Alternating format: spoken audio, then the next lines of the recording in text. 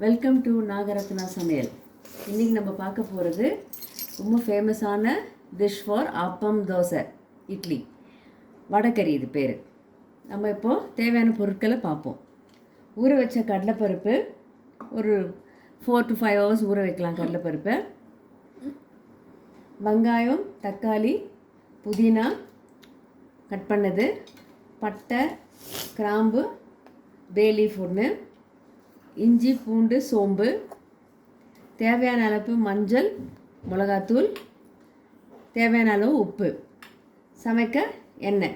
இப்போ நம்ம கடலைப்பருப்பு அரைச்சிடலாம். இஞ்சி பூண்டு பேஸ்ட்டும் அரைச்சிட்டு வரலாம்.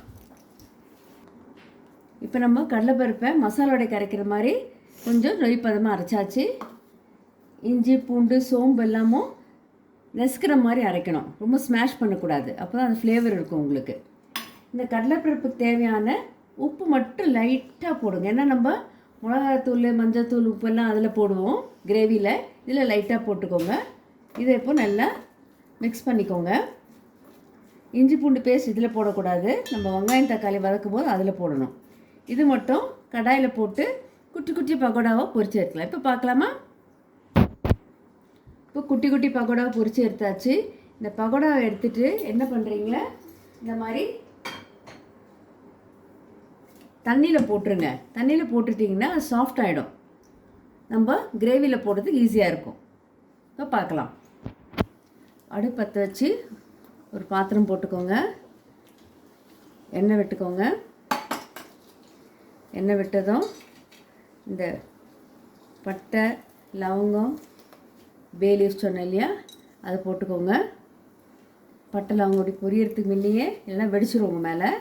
பொரியறதுக்கு முன்னே வெங்காயம், தக்காளி போட்டுருங்க. புதினா போடாதீங்க.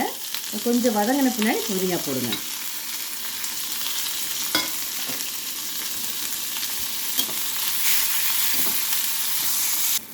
இப்போ இந்த இஞ்சி, பூண்டு, சோம்பெல்லாம் அரைச்சோம் இல்லையா, அந்த மசாலா போட்டுருங்க. புதினா போட்டுருங்க. சிம் பண்ணிவிட்டு நல்லா மிக்ஸ் பண்ணிக்கோங்க. இதை அப்புறம் ஊற வச்சோம் இல்லையா பக்கோடா, அதை எடுத்து இப்படி ஸ்மாஷ் பண்ணிக்கோங்க. கரண்டியில் கொஞ்சம் ஊறுறதுனால ஈஸியாக ஸ்மாஷ் ஆகிடும். இப்போது இந்த மிளகாத்தூள், உப்பு, மஞ்சத்தூள் எல்லாம் போட்டுட்டு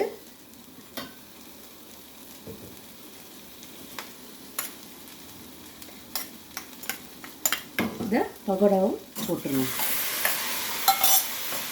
போட்டுட்டு எல்லாம் சேர்ந்து ஒன்றா உங்களுக்கு கொதி வந்ததுன்னா எல்லாம் 1 டம்ளர் தண்ணி விடுங்க. ஏன்னா அது பக்கோடா இழுத்துக்கும் உங்களுக்கு எல்லாம் தண்ணியும்.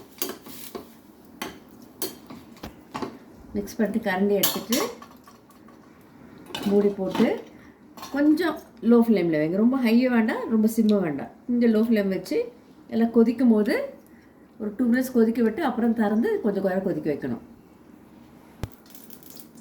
இப்போ நம்ம நல்லா கொதிச்சிருச்சு. திறந்து பார்ப்போம். Wow, what a good aroma.